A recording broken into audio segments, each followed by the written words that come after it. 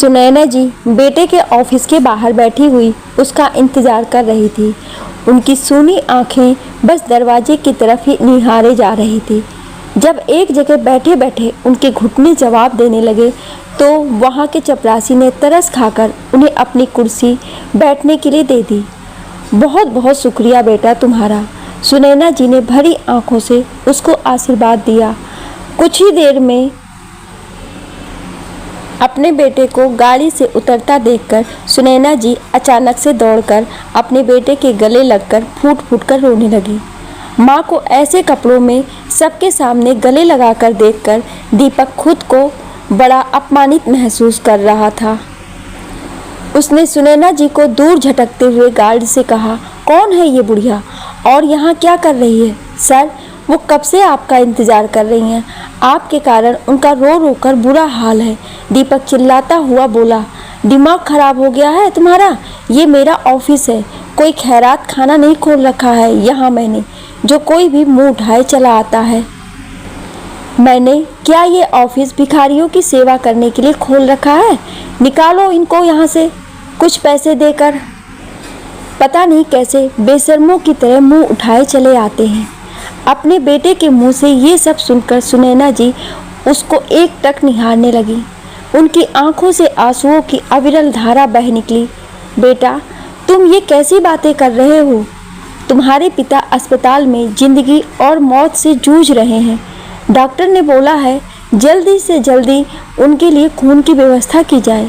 कहते कहते सुनैना जी बेटे के कदमों में गिरकर फूट फूट कर रोने लगी। दीपक हाथ पकड़कर उन्हें एक किनारे करते हुए बोला, आप क्या चाहती हैं? पापा की जान बचाने के लिए मैं बिस्तर पर आ जाऊं? पता है ना पिछले महीने ही कितना बीमार था। जाइए यहाँ से, ना ही मेरे पास इतना वक्त है और ना ही मैं उस बुढ़े को अपना एक कतरा खून देने वाला हूँ। सुनैना जी अपने आंचल को आगे फैलाती हुई बोली, इस वक्त मेरी मदद कर दो बेटा, मैं अपने खून का एक एक कतरा बहाकर तुम्हारा सारा कर्ज चुका दूंगी। अगर तुम्हारा थोड़ा सा खून देने से तुम्हारे पिता की जान बच सकती है तो। इतने में ही दीपक चिल्लाता हुआ बोला, समझ में नहीं आता आपको? भिखारी की तरह पीछे ही पड़ी है। इतना कहकर दीपक ने 10-10 के नोट की गड्डी सुनैना जी के मुंह पर फेंक कर मारा। ले बुढ़िया, इससे ज़्यादा मेरे पास कुछ नहीं है तुम्हारे लिए। और इतना बोलकर सुनैना जी के हाथों को अपने पैरों से झटक कर वहाँ से चला गया। सुनैना जी की हालत देखकर गार्ड की भी आंखें भर आई और सहारा देकर सुनैना जी को उठाया। उन्हें पानी पिलाकर पूछा, अम्मा, क्या ये सच में आपके बेटे हैं? सुनैना जी ने हाँ में सिर हिलाया तो गार्ड ने सुनैना जी से सारी कहानी पूछी, जिसे सुनकर वो भी अंदर तक दहल गया। वह सुनैना जी का हाथ थाम कर बोला, अम्मा, आप चिंता मत कीजिए, सब ठीक हो जाएगा। मुझे बताइए मैं आपके लिए क्या कर सकता हूँ? बाबूजी को खून की ज़रूरत है तो उसकी व्यवस्था हो जाएगी। इतने में दीपक अपनी मीटिंग में जाने के लिए बाहर निकला तो सुनैना जी को वहीं पर बैठा देखकर उसने गुस्से में उनका हाथ पकड़ा और वहाँ से ले जाने लगा। उस वक्त वहाँ उसके सिवा कोई नहीं था। उसने सोचा इतनी मीटिंग के लोग आते हैं, इस बुढ़िया को यहाँ से रफा दफा करता हूँ, नहीं तो इसने उनके आगे मुंह खोला तो मेरी लाखों की डील कैंसिल हो जाएगी। उस गार्ड ने आओ देखा ना ताओ अचानक से एक जोरदार तमाचा दीपक जी को, जो कि उसका बॉस था, उसके गाल पर रसीद कर दिया। तमाचा इतना जोर का था कि अंदर काम कर रहे सभी लोग ऑफिस से बाहर आ चुके थे और दीपक को देखे जा रहे थे। शर्म नहीं आती अपनी माँ के साथ ऐसा करते हुए? वो गार्ड क्रोध में बोला, तुम्हारी इतनी हिम्मत कि तुम अपने बॉस पर हाथ उठाओ? अभी तुम्हें तुम्हारी नौकरी से रफा दफा करता हूँ। अरे ठोकर मारता हूँ मैं आपकी नौकरी को। जो अपने माँ बाप का नहीं हो सका वो भला और किसका होगा? उस गार्ड की हिम्मत देखकर आज सभी हैरान थे और दीपक एक हाथ से अपने गाल को पकड़े हुए खड़ा था। उस गार्ड ने सुनैना जी का हाथ पकड़ा और बोला, चलिए माँ जी यहाँ से। सुनैना जी अस्पताल पहुँची। डॉक्टर ने उस गार्ड का खून मैच किया जो कि किस्मत से मिल गया था। सुनैना जी सामने पड़ी कुर्सी पर बैठी उसको ढेरों आशीर्वाद दे रही थी। उनके लिए तो ये किसी फरिश्ते से कम नहीं था। सुनैना जी खून चढ़ाने के बाद उस गार्ड के कदमों में गिरकर रोने लगी। अरे माँ जी, अब क्या इस गरीब को पाप का भागीदार बनाना चाहती हैं? माँ के ये हाथ बस बच्चों को आशीर्वाद देने के लिए होने चाहिए। वो गार्ड सुनैना जी के दोनों हाथों को अपने सिर पर रखते हुए बोला, और बेटा, तुमने मेरे लिए कारण अपनी नौकरी भी छोड़ दी। ये थोड़े से पैसे हैं, रख लो, तुम्हारे बच्चों का कुछ भला हो जाएगा। माँ जी, नौकरी के बारे में बाद में सोचेंगे, आप पहले यहाँ बैठिए। सुबह से आप बस रोए जा रही हैं, पता नहीं कब से कुछ नहीं खाया होगा। मैं आपके लिए कुछ खाने के लिए लेकर आता हूँ। सुनैना जी अपनी भरी हुई आंखों से उसको जाते हुए निहार रही थी। एक अनजान होकर भी उसने पुरुषोत्तम जी की जान बचाई, और दूसरी तरफ उनके सगे बेटे ने उन्हें भिखारिन बताकर उनकी ममता का इतना अपमान किया। क्या इसी दिन के लिए उन्होंने बेटे के खातिर दर दर की ठोकरें खाई थी?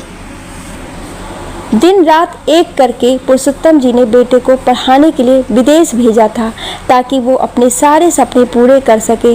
बेटा नौकरी में सेटल हो गया तो सुनैना जी बड़े प्यार से राशि को अपने घर की बहू बनाकर लाई थी। सोचते हुए वो बीते दिनों में खोती चली गई। बहू, अब ये घर, इसकी सारी जिम्मेदारी अब तुम्हारी। हम तो अब बस चैन से अपने जीवन के आखिरी दिन बिताएंगे। सुनैना जी ने अपनी नई नवेली बहू राशि से कहा। राशि और दीपक दोनों कई सालों से एक दूसरे को जानते थे, इसलिए सुनैना जी और पुरुषोत्तम जी ने उनकी खुशी को नज़र में रखते हुए उनकी शादी करवा दी। पहले पहले तो सब कुछ ठीक था, पर राशि बड़े घर की बेटी थी, हमेशा से अकेले रहना चाहती थी। सास ससुर अगर कोई काम उसे कह देते थे तो उसके तन बदन में आग लग जाती थी। वह अक्सर दीपक से शिकायत भी करती थी इस बारे में, पर वो कहता था, अरे अच्छा बर्ताव रखोगी तो ही बाद में ये सारी जायदाद की मालकिन बन पाओगी। इसलिए राशि भी अपने अंदर की भावना को दबाकर झूठी मुस्कान लिए अपने सास ससुर की बात मानती थी। एक दिन पुरुषोत्तम जी काफ़ी बीमार हो गए। उन्हें खून की उल्टियाँ होने लगी तो उन्हें अस्पताल में भर्ती करना पड़ा, जहां उनके इलाज के लिए काफ़ी खर्च बताया गया। ऐसे में सुनैना जी दीपक से बोली, बेटा, पापा ने सेविंग कर रखी है, पर वह अभी कैसे मिल पाएगी ये पता नहीं, और तेरे पापा बताने की हालत में भी नहीं है, तो इंतज़ाम कर देना बेटा। माँ, इतने पैसों का इंतज़ाम, वो भी इतनी जल्दी? एक मामूली सी नौकरी करता हूँ मैं अभी, और मेरा ऑफिस भी बन रहा है, इतने पैसों का अचानक से इंतज़ाम? दीपक ने दुख जताते हुए कहा, बेटा, किसी दोस्त से या अपने किसी रिश्तेदार से ही कर्ज ले लो। एक बार तेरे पापा ठीक हो जाए फिर सारा कर्ज चुका देंगे। सुनैना जी ने कहा। इसलिए पापा से कहता था कि अपने सारे हिसाब किताब मेरे हवाले कर दीजिए, पर शायद पापा को मुझ पर भरोसा ही नहीं था। दीपक ने कहा, बेटा, अब की बार तेरे पापा को ठीक हो जाने दे, सबसे पहले यही काम करवाऊंगी। हमारी उम्र हो गई है, ना जाने कब क्या हो जाए। सुनैना जी ने कहा, ठीक है माँ, मैं देखता हूँ, अगर कहीं से मदद मिल पाई तो। दीपक ये कहकर वहाँ से चला गया। फिर थोड़ी देर के बाद दीपक सुनैना जी से आकर बोला, माँ, पैसों का इंतज़ाम हो गया है, पर उसे 1 महीने के अंदर ही लौटाने होंगे, वरना मेरी बात की कोई इज्जत नहीं रह जाएगी। हाँ बेटा, एक बार तेरे पापा बस होश में आ जाएं, हम ये कर्ज पहले चुका देंगे। सुनैना जी ने कहा और पुरुषोत्तम जी के पास चली गई। इधर राशि दीपक को एक किनारे ले जाकर बोली, ये क्या है जी, इतने पैसों का इंतज़ाम आपने कहाँ से किया? कहीं ये हमारे पैसे? हाँ हाँ, हमारे ही पैसे हैं, पर कुछ बड़ा पाने के लिए ऐसे ही छोटे छोटे चारे तो फेंकने ही पड़ते हैं। दीपक ने फिर कहा, एक तो आपने हमारे पैसे दे दिए, ऊपर से ये सारी पहली बातें कर रहे हैं, जरा समझाएंगे मुझे इन सब बातों का मतलब? राशि ने कहा, अब जब पापा के इलाज में मैंने इतना कर्ज लिया है तो माँ भी उसे जल्दी चुकाएगी। ऊपर से पापा के सारे बही खाते मेरे नाम कर देंगी, क्योंकि उन्हें आज के दिन का डर हमेशा ही रहेगा। हमें हमारे पैसे भी वापस मिल जाएंगे और पापा की सारी जायदाद भी। तो मैं अपने ऑफिस का मालिक जल्दी बन जाऊंगा। उसके बाद जब पुरुषोत्तम जी कुछ दिनों में घर आ गए थे तो सुनैना जी सबसे पहले सारी जायदाद की पूंजी दीपक के नाम करवाने को कहती हैं, लेकिन पुरुषोत्तम जी मना कर देते हैं। अरे हमारे बुढ़ापे का सहारा तो यही है ना, फिर जो हमारा है वो सब दीपक का ही तो है। उसे आज ये सब दे या कल क्या फ़र्क पड़ता है, और उसने कितना पैसा लगाया है तुम्हारी बीमारी में। अभी पुरुषोत्तम जी ने भी सोचा, चलो सही तो कह रही हो, कल मेरी जो हालत थी ऐसे दोबारा हुआ तो। ये सोचकर पुरुषोत्तम जी ने अपनी जायदाद दीपक के नाम कर दी। अगले दिन सुनैना जी राशि को आवाज़ देती हैं, बहू जरा उनके लिए दलिया बना देना। 1 मिनट मम्मी जी, मैं एक पेन और पेपर ले आती हूँ, फिर आप मुझे बता दीजिएगा क्या क्या बनाना है। राशि ने चिढ़ते हुए कहा, ये क्या कह रही हो बहू, मैं समझी नहीं। आप लोगों की नज़र में ये एक होटल ही तो है, और मैं यहाँ की वेटर जो आप लोगों से आर्डर लेती रहूँ और आप लोगों के सामने हाजिर करती रहूँ वो खाना। तो कहिए और क्या क्या ऑर्डर है आपके। राशि ने गुस्से में कहा, मम्मी जी बीमार पापा जी हैं, आप तो नहीं ना, तो खुद क्यों नहीं बना लेती दलिया। हर वक्त हर काम के लिए मुझे आवाज़ देना ज़रूरी है क्या। ये कहकर वो वहाँ से चली गई। लगता है बेचारी पूरा दिन काम करके थक गई होगी, इसलिए नाराज़ हो गई। आप चिंता मत कीजिए, मैं इसे अच्छे से जानती हूँ। अभी जैसे ही इसका गुस्सा ठंडा होगा मेरे पास आकर माफ़ी मांगेगी। चलो सही है, मैं भी तो बना सकती हूँ दलिया। हाँ, आज मैं ही बनाकर खिलाती हूँ, मैं अभी आई। सुनैना जी ने मुस्कुराते हुए अपने मन में चल रही उधेड़ बुन को छिपाते हुए कहा। अगले दिन सुनैना जी पुरुषोत्तम जी से बोली, आज आपके लिए क्या बनाऊँ। सोच रही हूँ अब आपके पसंद का मैं ही रोज़ बना दिया करूँगी। बहू को सुबह से इतने सारे काम होते हैं घर के, बार बार उसे क्यों परेशान करना। कहिए क्या खाएंगे आज। सुनैना जी जो भी कहे, पर पुरुषोत्तम जी तो समझ गए थे। कल के इस फटकार के बाद ये दोबारा जलील नहीं होना चाहती थी, इसलिए अब से खुद ही बनाने को कह रही हैं। और फिर उन्होंने कहा, जो बना लाओगी खा लूँगा। सुनैना जी उठकर रसोई में चली गईं। पर ये क्या, रसोई में तो ताला लगा हुआ है। आज तक कभी भी रसोई में ताला नहीं लगा, फिर आज ये सब। ये सोचते हुए हैरानी से सुनैना जी ने राशि को आवाज़ लगाना शुरू किया। क्या हुआ मम्मी जी, इतना क्यों चिल्ला रही हैं। राशि ने गुर्राते हुए कहा, बहू रसोई में ताला। आज तक कभी इस घर में रसोई या पूजा घर में ताला नहीं लगा। सुनैना जी ने कहा, हाँ क्योंकि इस घर में 2 भूखे जानवर रहने लगे हैं जिन्हें हर वक्त भूख ही लगती रहती है। अब हमारे घर में कोई कुबेर का खजाना तो है नहीं जो उनके 5 दफ़े का खाने का बोझ उठा पाए, इसलिए ताला लगाना पड़ा। राशि ने नेल पॉलिश को सुखाते हुए कहा, तुम क्या हमें जानवर कह रही हो बहू। सुनैना जी ने धीरे से कहा, हाँ अब आप इतनी भी भोली नहीं जो मेरी बातों को समझ ना पाए। तंग आ चुकी हूँ मैं आप लोगों की भूख से। बस अब से आप दोनों के खाने पीने पर पूरी नज़र होगी मेरी। मैं तय करूँगी आप दोनों को कब और कितना खाना मिलेगा। राशि के ऐसा कहते ही सुनैना जी गुस्से से उबलने लगी। तुम्हारी इतनी मजाल कि हमें जानवर कहो, ऊपर से हमारे खाने का हिसाब भी रखो। ये मेरा घर है और इतना तो गरीब हम नहीं हैं कि खाना आधा पेट खाएं या नाप तोल कर खाएं। आने दो आज दीपक को, जब उसे पता चलेगा कि तुमने कैसा सलूक किया है हमारे साथ, तब वही तुम्हें सबक सिखाएगा। हाँ, जैसे कि उन्हें कुछ पता ही नहीं है और वो जानते थे कि आप लोग ऐसा ही कहेंगे, इसलिए तो ये जायदाद उन्होंने पहले ही अपने नाम करवा लिया। अब आप लोग हमारे आश्रित हैं और मम्मी जी अब से इस घर में मुफ्त की रोटियां नहीं मिलेंगी आप दोनों को। पापा जी तो बीमार हैं पर आप तो ठीक हैं, इसलिए पूरे घर का काम आप करेंगी, वरना हमें आप लोगों को उठाकर बाहर निकालने में जरा सी भी देरी नहीं लगेगी। राशि ने कहा। सुनैना जी चुपचाप बिना खाने के अपने कमरे में आ गईं। तो पुरुषोत्तम जी बोले, देखा सुनैना, इसलिए तो मैं अपनी जायदाद दीपक के नाम नहीं कर रहा था। पर इतना नीचे गिर जाएगा ये मैंने भी नहीं सोचा था। अब करो इस उम्र में सारे काम, वरना इस घर के मालिक हमें निकाल कर बाहर फेंकेंगे। पुरुषोत्तम जी ने अपने कपकपाते स्वर में कहा, मुझे लगता है बहू झूठ बोल रही है, उसी ने मेरे बेटे का सर खाया होगा। मुझे अपने परवरिश पर पूरा भरोसा है। एक बार आने दीजिए दीपक को, फिर दूध का दूध और पानी का पानी हो जाएगा। सुनैना जी ने तेज आवाज में कहा। रात को दीपक के आने के बाद सुनैना जी उससे बोली, बेटा देखना बहू क्या कर रही है, मुझे इसकी बात पर भरोसा नहीं है, मुझे अपनी परवरिश पर भरोसा है। तू बता इसे और अपने पापा को भी, जैसा ये कह रही है वैसा कुछ भी नहीं है। हम तेरे माता पिता हैं ना, कि इस घर के गुलाम। माँ बस कीजिए, पता नहीं किस ज़माने में जी रही हैं आप लोग।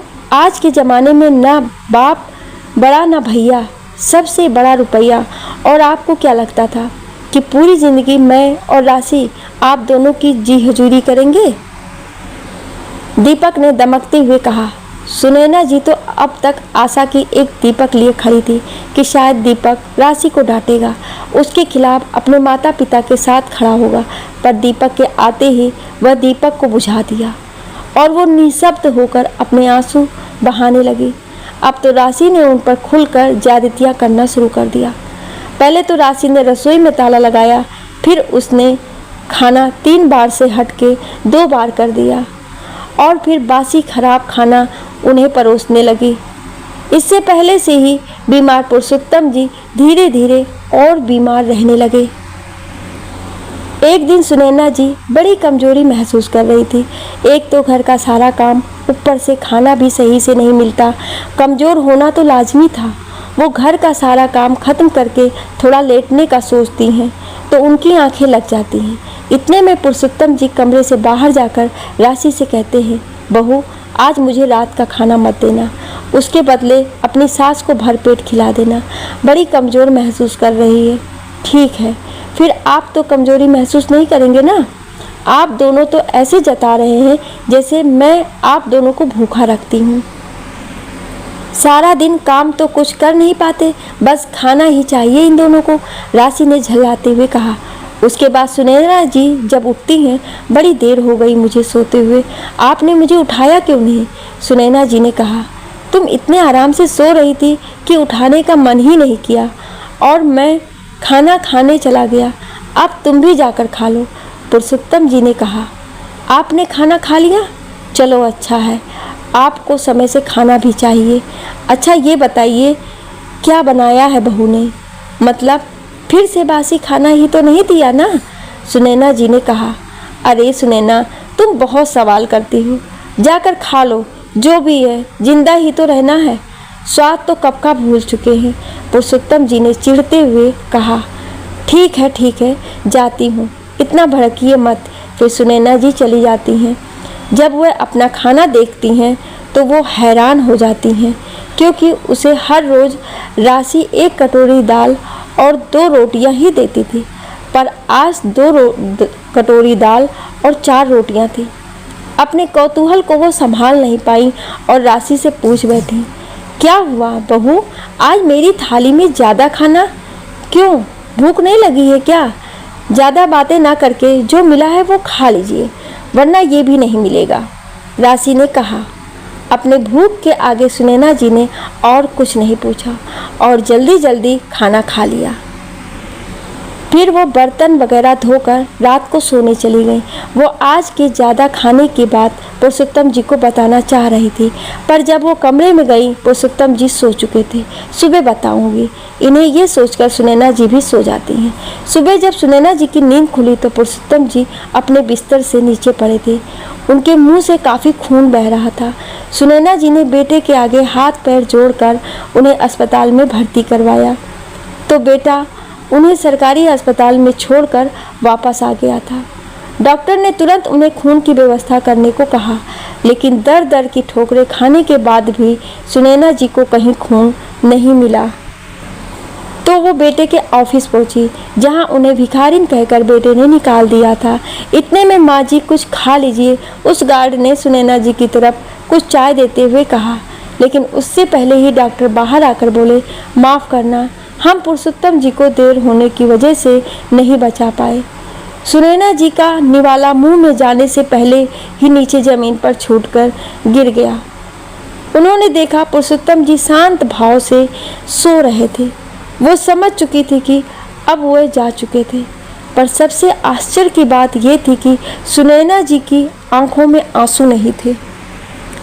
इतने में सुनैना जी ने देखा कि उनकी बेटी शिल्पा का फोन है। ये सब इतनी जल्दी हुआ कि बेटी को खबर करने का मौका ही नहीं मिला। 1 घंटे के अंदर उनकी पूरी दुनिया खत्म हो चुकी थी। सुनैना जी ने फोन उठाते हुए कहा, बेटा तेरे पापा को शांति मिल गई। चलो अच्छा हुआ मेरे से पहले चले गए, वरना अकेले रहते तो मैं जाने के बाद भी चैन नहीं पाती। हेलो मम्मी, ये क्या कह रही हैं आप?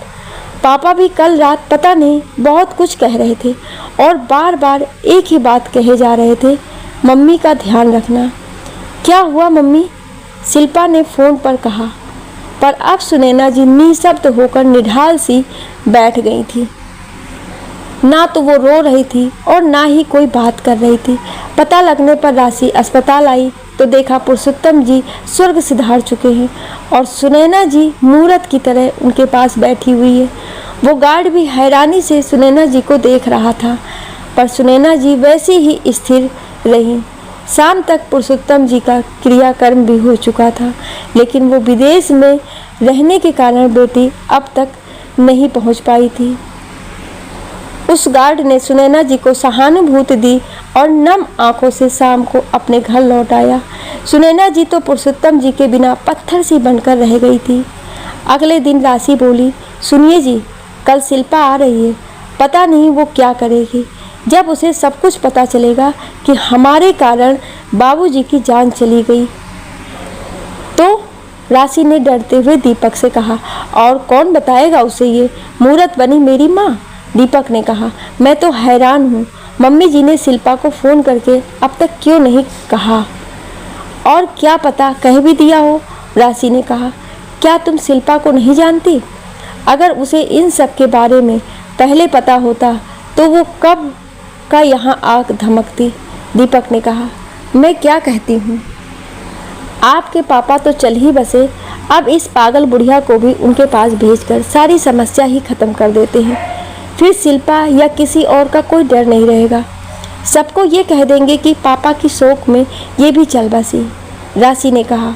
और इसीलिए राशि ने खीर में जहर मिलाया और अपनी सास को खिलाने आ गई। पर उसे पता नहीं था कि शिल्पा कल आने का झूठा कहकर आज ही आ गई, ताकि वो अपने घर के पूरे हालात को अपनी आंखों से देख पाए। उसके पापा ने उसे घर की चाबी का एक सेट दे रखा था, क्योंकि वो विदेश में रहती थी और जब चाहे यहाँ आ सके। अगर घर पर कोई ना भी हो तो वो अंदर आ पाए। उन्हें क्या पता था कि ये चाबी उसे एक दिन अपने घर की जासूसी के लिए ही इस्तेमाल करना पड़ेगा। ये चाबी उन्होंने शिल्पा को उसके मुश्किल घड़ी के लिए दिया था, पर अपनी मुश्किल उससे कभी नहीं कहा। जब राशि सुनैना जी को वो खीर खिलाने वाली थी, शिल्पा उसी कमरे में छिपी बैठी थी, क्योंकि उसने अपने भैया भाभी की सारी बात सुनकर रिकॉर्ड कर ली थी। उसने खींचकर एक तमाचा राशि के गाल पर जड़ दिया। तुम्हारी हिम्मत कैसी हुई मेरे पापा की जान लेने की, और अब माँ को भी मारना चाहती हो? ननद को वहाँ देखकर दोनों की आंखें फटी की फटी रह गईं। क्यों भाभी, हैरान हो गई मुझे यहाँ देखकर? उस दिन पापा ने मुझे फ़ोन पर सारी बात बता दी थी और मैं आप लोग पर गुस्सा भी बहुत हुई थी। सोचा कि अभी जाकर आप लोगों से हिसाब लूँगी, पर फिर सोचा कि आप लोगों को रंगे हाथ ही पकड़ना होगा, तभी तो कानूनी कार्रवाई भी कर पाऊँगी। पापा से बात करके ही मैं निकल गई थी यहाँ के लिए, लेकिन कुछ तकनीक के कारण मैं पापा के क्रियाकर्म में भी शामिल नहीं हो पाई। पर आज जब आप लोग माँ को ठिकाने लगाने की बात करने में व्यस्त थे, मैं चुपके से घर में दाखिल हो गई। बस इस बात का अफसोस रहेगा कि मम्मी पापा ने ये सब मुझे पहले नहीं बताया, वरना शायद आज पापा जिंदा होते। इतने में पुलिस भी वहाँ आ चुकी थी। ले जाइए सर इन सारे पापियों को। इन्होंने पहले धोखे से मेरे मम्मी पापा से उनकी सारी जायदाद ले ली, फिर पापा को भूखा रखकर मार डाला और अब मम्मी को जहर देकर मारने चले थे। ये खीर इस बात का सबूत है। पुलिस और शिल्पा का ऐसा रूप देखकर दोनों डर के मारे थर थर कांपने लगे और सुनैना जी के कदमों में गिरकर माफ़ी की गुहार लगाने लगे। लेकिन सुनैना जी कुछ नहीं बोली और पुलिस दोनों को वहां से उठाकर ले गई। शिल्पा अपनी माँ से लिपटकर बहुत रोई, जहां उसकी माँ बस एक ही बात कहे जा रही थी, अच्छा हुआ ये मुझसे पहले चले गए, शांति मिल गई तेरे पापा को। सुनैना जी ने अपनी सारी जायदाद अपनी बेटी और उस गार्ड के नाम कर दी, जिसने अपना खून का कतरा कतरा देकर पुरुषोत्तम जी की जान बचाने की पूरी कोशिश की थी, मगर किस्मत ने उनका साथ नहीं दिया और वह इस दुनिया को छोड़कर चल बसे। और शिल्पा अपनी मम्मी को लेकर विदेश के लिए रवाना हो गई। दोस्तों, आज भी कई घरों में सिर्फ बेटों को ही घर का अधिकारी माना जाता है, बेटियों को हमेशा ही पराया मान लिया जाता है। जब पुरुषोत्तम जी ने अपनी सारी जायदाद दीपक के नाम कर दी, शायद इसी ग्लानि से वे फिर शिल्पा को कभी फ़ोन नहीं कर पाए। अपने बेटे के दिए हुए कष्टों को चुपचाप झेलते रहे, पर उन्हें ये समझना चाहिए था कि चाहे वो जायदाद बेटी को दे या ना दें, बेटी फिर भी उनके साथ देगी, उनकी सहायता करेगी, उनके कष्ट में तो उन्हें ज़रूर समझेगी। हम ये नहीं कहते कि हर बेटा ऐसा ही होता है, पर कहीं कहीं दीपक जैसे बेटे भी होते हैं। आपको ये कहानी कैसी लगी, अपनी राय हमें कमेंट द्वारा ज़रूर बताएं और ऐसी ही कहानियाँ सुनने के लिए हमें सब्सक्राइब ज़रूर करें। Thank you.